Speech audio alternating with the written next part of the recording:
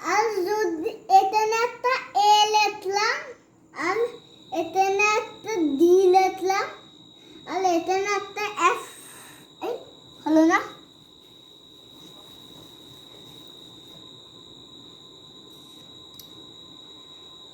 S লিখলাম আর এই জায়গাটা এ লিখলাম আর এই জায়গা ডি লিখলাম আর সে এই জায়গাটা এ লিখলাম আর এই জায়গাটা এফ লিখলাম তাহলে হচ্ছে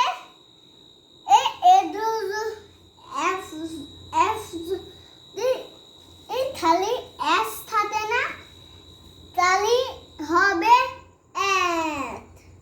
আর যদি এলো মুছে ফেলি তাহলে হবে শূন্য। তাহলে যদি এই জায়গা এক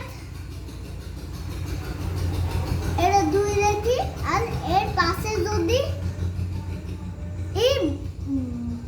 এরা তোমার জিনিস লিখি বিল উল্টো বিল লিখি ওর সাথে যদি সি পরে আবার ডি দেব, ডি পরে আবার এফ দেব আর ই দেব।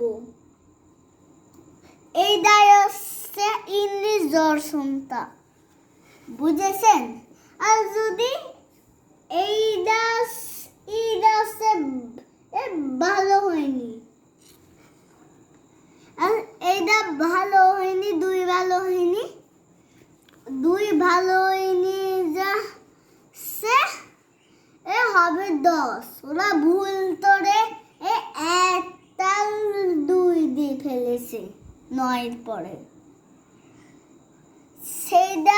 এইটাই হচ্ছে ভুল জোনটা আর ইংলিশ দর্শনটা আর ভুল দর্শনটা, বুঝেছেন আপনারা?